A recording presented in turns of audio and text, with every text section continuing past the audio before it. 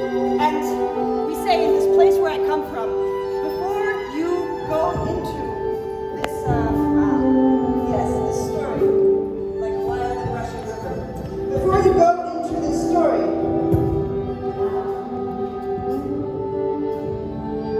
you have to gather up inside yourself all of your courage, because indeed you do not know if this story, where it will lead you, or where it will lead you, or if in fact it will ever let you out of the murky waters. So, are we ready? Are we ready? Okay, good. Once upon a time, there was a time, and before that time there was another time, and before that time there was yet even another time, and before that time there was a time that was very, very, very old, and before that time there was a time that was very young, and before that time there was a time that was just very foolish, and before that time there was a time that was more wise with a long, long beard, and before that time there was a time that didn't even know there was such a thing as time, and before that time there was a time that was really, really heartbroken, and before that time there was a time that was very much in love, and before that time, yes, even before that time, we are stretching all the way before that time, there was a time that knew no such thing as people, and even before that time, even then, that is where we are sailing to now. Even in that time, there was a time that was in fact a daughter. Yes, there was a daughter, and this daughter was the daughter of time. And this daughter of time had a mother, and this mother was the mother of time.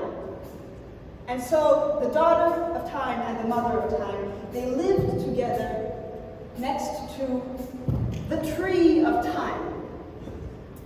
And they lived well, for this was a good time that they lived in. So they lived, there was the mother of time, daughter of time, and the tree of time, and they lived, and then one day, the daughter comes to her mother, and she says, Mama, I am very worried. And the mother listened carefully and said, what are you worried about, my child? And the daughter said, I'm worried, for I have seen that there is a time that is coming. There will be hunger, there will be poverty, every bad thing that you can imagine is coming in this time that is coming for sure. I have seen it. And I am worried about the stories and the songs. What will happen to them? They will be forgotten, for this is a time of forgetting that is coming. And the mother heard the wisdom of the vision of her daughter, and she said, okay, what can we do? What must we do? And they thought about it, and they sang about it, and they danced about it, for these were those kinds of times, and they had fun about it, and they asked the stars about it. And the daughter, one day, she came to the mother, she said, I know what we must do. We must go to the tree of time, and we must chop and chop and chop and chop and chop and create a fireplace, a pile of firewood, and we must light a fire. And into this fire we are going to sing all of the songs, and we are going to speak all of the stories. For the fire is the one place where death meets life. And so nothing that goes inside of a fire can ever truly die. This is where we will say the stories.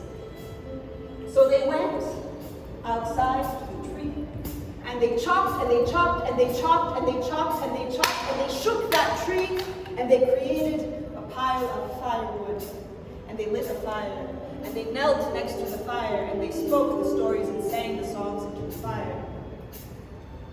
And that is where we leave them for now, and we turn our attention to the tree. Indeed, for this tree, this was no ordinary tree. This was the tree of time. The tree of time. Every single thing that had ever happened, everything that will happen, everything that could and should and would and should not have happened, everything, all of that is happening on this tree at this very moment, right now. I guarantee you that you are dying and being born on this tree at the same moment, right now. It was that kind of tree. And this tree, it was being shaken when the mother and the daughter came, and they were hitting the tree, and they were hitting the tree, and they were shaking and shaking and shaking and shaking and shaking and shaking and shaking. And there was a flower that didn't understand what was going on, so it opened its face to the sun for the very first time, and that flower was suddenly caught by a very mischievous wind and taken, and it flew and flew and flew and flew and flew and flew and flew and flew and flew and flew across all of the world until it landed to the east, where all things come to know the idea of themselves, to the east. And there the flower sprouted roots, and there the flower grew into a tree called the Tree of the East. And with this tree, at this tree, under this tree, this is where our story begins.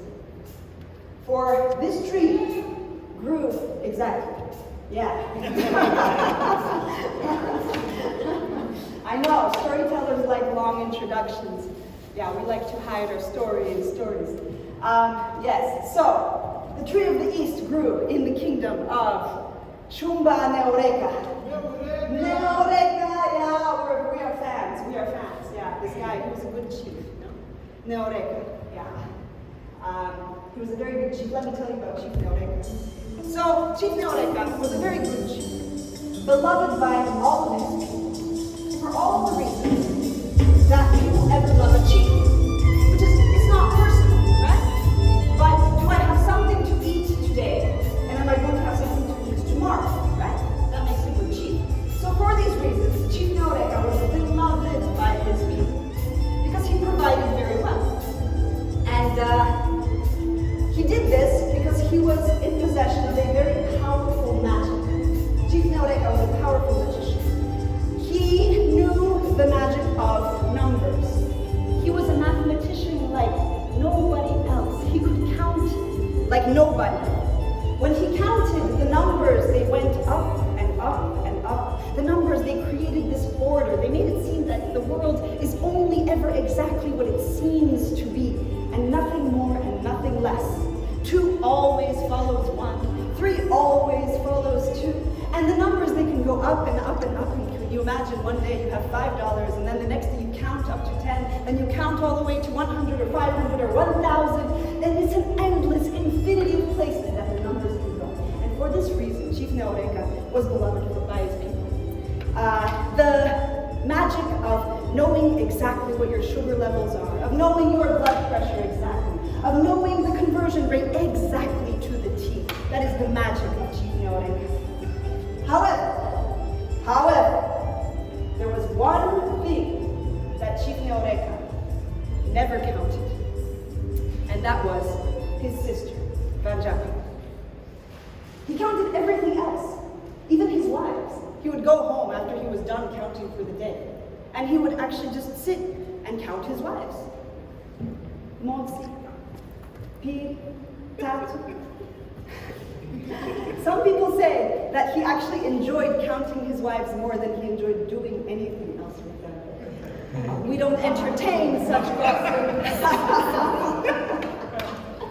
We don't, yeah. Some people, they just, yeah. We love Chief Neoreka. So despite loving Chief Neoreka, there was one thing that he never counted, and that was his sister, VANJAPA.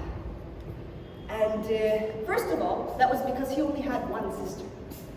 And when you're a mathematician, it's very frustrating to just count 1, because the numbers don't go anywhere, you know? It's just 1, 1, 1, 1, 1, 1. And it creates this anxiety, because if the numbers can't go up, they can only go down. And what are you going to do? Where are you going to find your sisters? But the other reason why Chief Neoreka never counted his sister VANJAPA was he didn't actually think of her as separate from himself. She was like a finger on a hand, there to do the counting, but not in itself to count. So he never actually really paid that much attention to his sister at all. Everyone else, though, everyone else loved VANJAPA. VANJAPA was special. Whenever anybody would look at VANJAPA, their heart would just do this thing, you know, just soften and just sing for a moment, say, VANJAPA. And if the heart bark was too hard, it would soften a bit. And if it was too cracked, it would heal a little bit. And if it was too heavy, it would lighten up a bit. And even when VANJAPA would go to the river to collect water, the water itself would look at VANJAPA and say, VANJAPA. And even the water would respond. And at night, when VANJAPA became a woman, and she would go outside every night, night after night, to dance with the mysteries, the stars, they would look down at VANJAPA, and they would twinkle, and they would say, VANJAPA. And when she walked around the village, the old men, they would look at her, and they would just wish that they were young again. And when she walked around the village, the old women, they would look at her, and they would sigh, and they would forget to scold.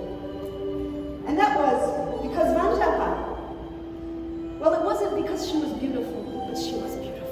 It wasn't because she was intelligent, but she was intelligent. It wasn't because she was wise, but she was wise. And it wasn't because she was kind, but she was kind.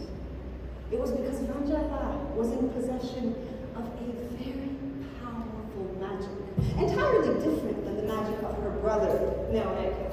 VANJAPA's magic was in fact very close to the source of all magic. It was a wordless magic. It was the magic of just knowing. She knew when to cry and who to cry with, when to laugh and who to laugh with. She just knew these things. And the thing is, she had no words for them because words would have distorted the magic itself. She was not really a words person, not like your storyteller who likes to bombard you with a lot of words, like right now. So that wasn't VANJAPA. If you had come up to VANJAPA and just said, VANJAPA, how do you know all of these things? How do you know?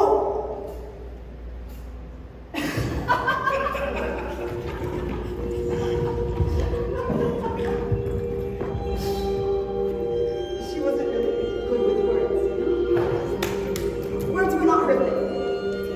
So they all lived together in this kingdom of Shumba and Eureka. And as it always is in life, things were good and things were good and things were good until they were not. And one day, when Chief Neoreka came and began counting, his counting of the day, of the Mombes, the numbers were not quite behaving like they were supposed to behave. They stopped going up.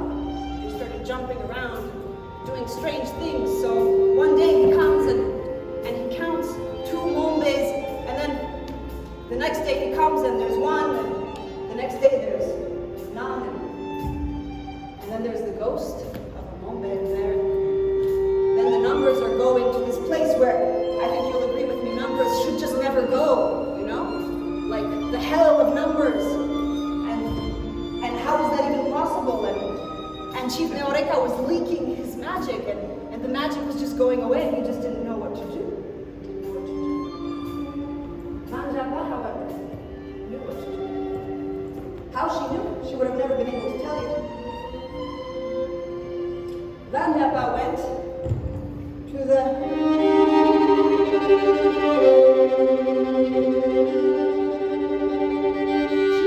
tree of the east, and she knelt under the tree, and she prayed, and as always, her prayer was a song.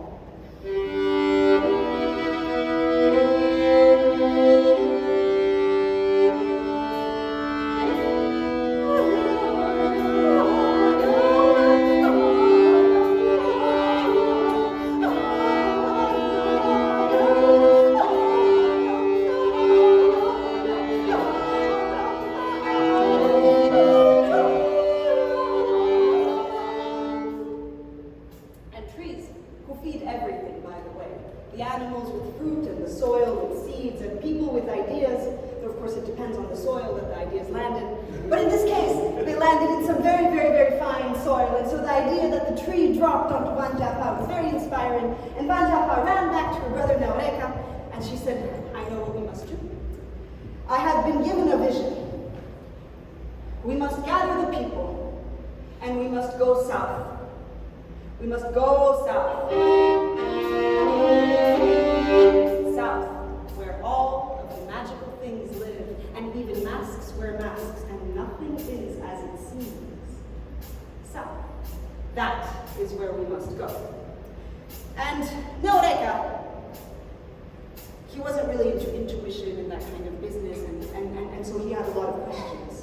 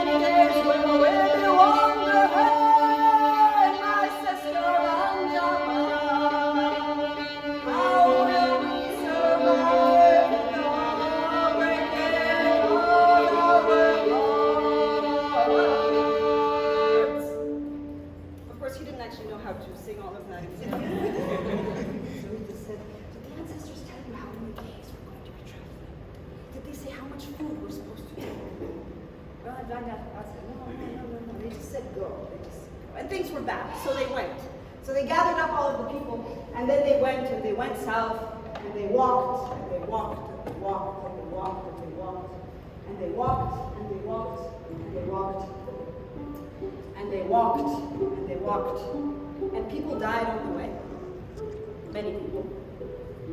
And babies were born on the way, babies that never knew home. And the people grew very tired, and they had many nightmares on the way. And all the time, every day, they hoped that today would be the day when they would finally reach the place that the ancestors had promised them, that was waiting for them over there, somewhere in the south. Until finally one day, just when it seemed that they would be wandering forever and nothing would ever change, they got to the border of the powerful Chief Makate of the Mhondoro. Now, let me tell you about Chief Makate. Chief Makate was a good chief. He was beloved by his people for all the reasons that a people ever love a chief. It's not personal, but do I have something to eat today? And will I have something to eat tomorrow? And for these reasons, people loved Chief Makate. They adored their chief. He provided very well for their people, for his people, and that was because Chief Makate also was in possession of a very powerful magic. It was entirely different than Neoreka's magic, where Neoreka's magic was about order and numbers coming after each other. Chief Makate's magic was about taking the one and the two and putting them together to make the three. It was the magic of what we might call in this very cumbersome English language. Yeah, I'm trying as well. So, in this cumbersome English language, we might call it the magic of manipulation. It was the magic of making a cow produce so much more milk than it had ever produced before, even if that wasn't so good for the cow. It was the magic of love potions. It was the magic of always getting exactly what you want. Chief Makate always got exactly what he wanted. And because of that, and because his people also got exactly what they wanted, he was never surprised, and so actually he was a very bored man. It's all actually very boring to always get what you want. And because of that, when Chief Makate heard that Chief Neoreka was at the border of his kingdom with his people, hoping to come in and make their home in his kingdom, he couldn't see it as like, oh wow, you know, guests, visitors, unexpected visitors. He said, no. Iowa. Yeah. Nikayang. So, he took all of the magic within himself. He drew it up all in himself. And he created a wall of magic. He manipulated and put together until there was a very, very, very tough wall that he put all around the border of his nation. And Chief Neoreka, when he came and tried to cross that border, it was impossible. There was a blockade. And Chief Neoreka on the other side, he felt the magic in the wall. And he, knowing that his people were very tired and exhausted, drew up into himself all of his magic.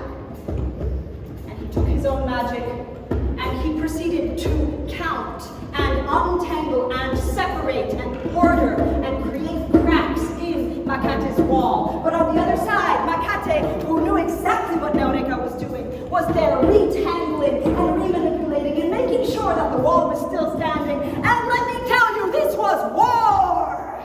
A war of a never kind. You have never seen this kind of war before. There was Neoreka, there was Makate, and night after night after night, there they were throwing their magic at each other.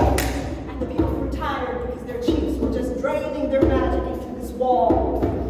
Until finally, one day, after it seemed that it would just be like this until everybody would die of exhaustion, that night, when Makate was manipulating, Neoreka was counting. That night, VANJAPA came out, and as she did night after night after night, she came out to dance with the mysteries. And on this particular night, Makate's eyes slipped for just one moment, and he saw VANJAPA dancing, and his heart did the same thing that everybody's heart did when they saw VANJAPA. And just for a moment, he was distracted. And in that moment of distraction, there was a hole created in the wall, and through that hole, Chief Neoreka on the other side saw through the hole, and what did he see? He saw his enemy, and his enemy's eyes on his sister. And Neoreka, who had learned through all of these nights the magic and power of putting things together, a plan formed in his mind. So, the next day, he called VANJAPA to himself. He said, VANJAPA, our people are tired. They're exhausted. I cannot sustain this war for much longer. My power, my magic is not stronger than the magic of my enemy. You must go. You will go. And you will be Makate's wife. But you will not be his wife. For you will be my own hands and eyes and ears. And that thing that I cannot be, for I am not a woman. That thing that will put my enemy's magic to sleep, that is what you will do. You will bring back to me the secret of my enemy's magic, and then we will win this war. VANJAPA didn't say anything. Yes, you did. Well, VANJAPA, you will go, and you will be my Makate's wife. But you will not really be Makate's wife. You will be my own hands and eyes and ears. And that thing that I cannot do for I am that thing that will put my enemies magic to sleep. And then you will bring back to me the secret of my enemy's magic, and we will win this war. VANJAPA, she just ran! She ran and she ran and she ran and she ran and she ran and she ran and she found a mountain and she ran up the mountain and yes, she ran up the mountain and she did that thing that all of us are going to do at least once in this life. She talked to God. All of us will do it at least once. But God actually never answers back usually. But on this one occasion, God was like, God was creating some galaxy somewhere out there. And then she looked and she saw VANJAPA, and her heart did that same thing. But everybody's hearts did when they saw VANJAPA. She said, VANJAPA, I'll finish making this galaxy later. And she ran over to VANJAPA on the mountain. Yeah, you know, VANJAPA deserves it, yeah. And God said, I have to get this right because, I don't want them to misquote me when they're writing a Bible in 1,000 years or something. So it's like, God said something like, Anzi, Chinyara, it's all right. It's all right. And she ran back to Neoreka.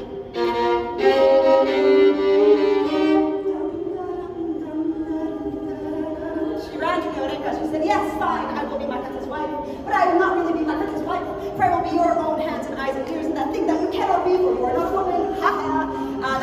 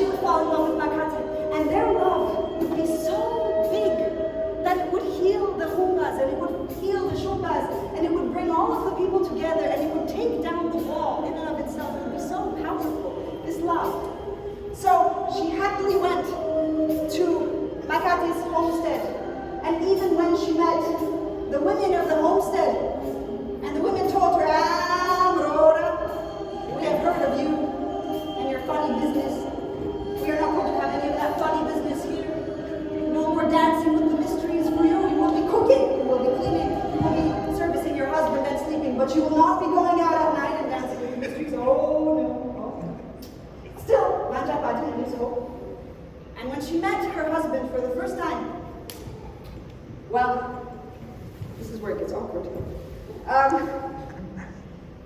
Because VANJAPA is my sister. She's my sister, and I love and I respect my sister, VANJAPA. And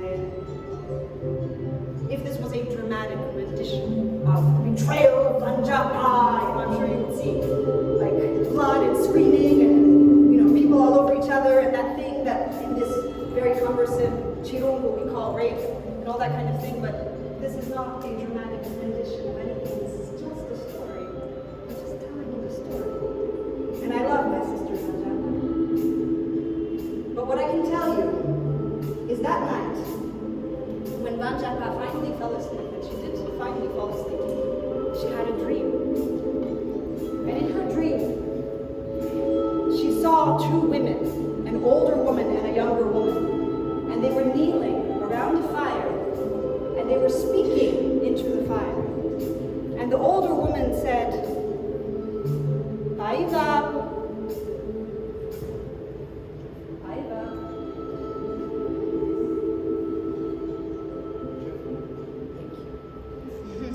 Karika, a long time ago, even before all of these other times, there was a time when Mhondoro, grandmother praying mantis, walked the earth, and all of her feet were on the ground.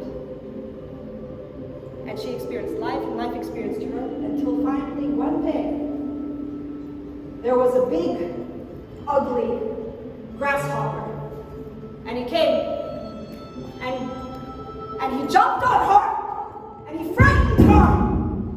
He frightened her. He frightened her, and her hands flew up to defend herself. And she was so frightened. The fear was so big.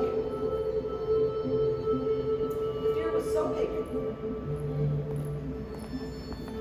that even her daughter, she was born with the fear.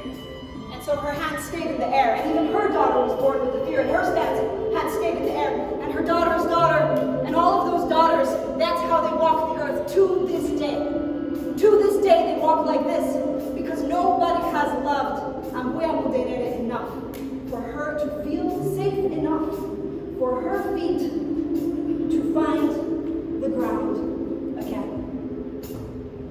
That was the dream that VANJAPA had that first night. And something in her just died. And then nothing happened. Nothing happened.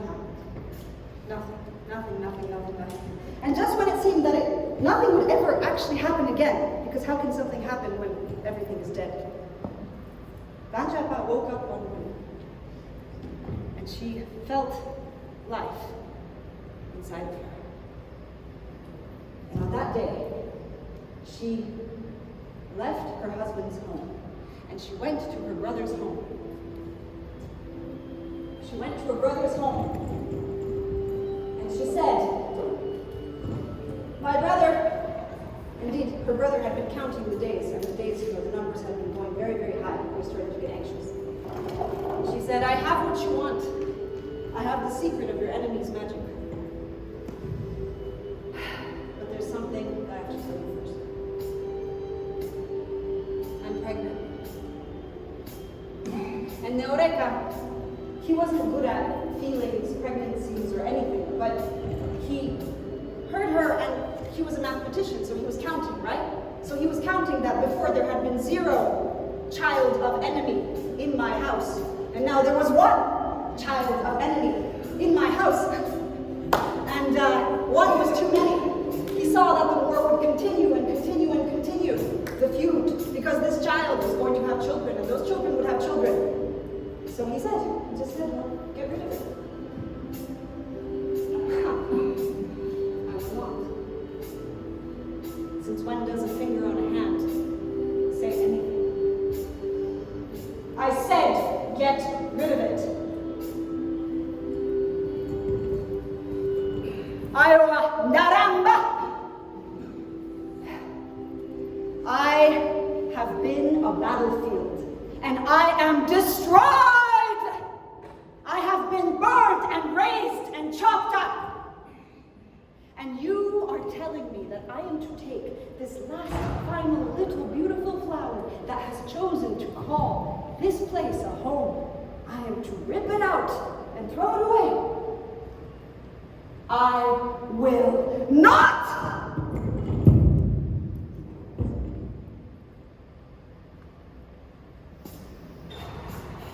That's okay. That's fine. But you can never come back to my home. And VANJAPA said, oh, no, that's fine, that's okay. And she came close to her brother, and she whispered in his ear the secret of his enemy's magic. And the next day, when Makate woke in the morning, he heard the sound of the jomoi, the rooster, inside of his house, and he knew that his magic was weakened, and that he in fact had lost the war, for the taboo had been broken.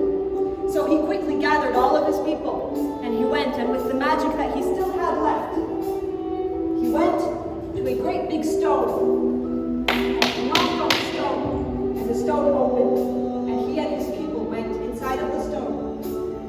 And there they are to this day, in a world not different than our own. And you know what? This betrayal was so shocking to him. It was so unexpected that it actually got him interested in life again. Because remember, it's very boring to always get what we want. And Neoreka and the Shumbas, they crossed the border into the kingdom, and they began the hard work of setting roots into the earth, and learning the plants, and listening to the mountains and the stars and the trees of the place. And VANJAPA, she went her own way. She wandered a bit, and then she also found a place where there were many trees. And she gave birth, and there were other people who found her, and she began her own clan. And they grew to be very happy and very prosperous, and plenty. And then on the day when she was called back to go to the ancestors, she found herself flying up into the sky to that place where the stars had seemed so far away.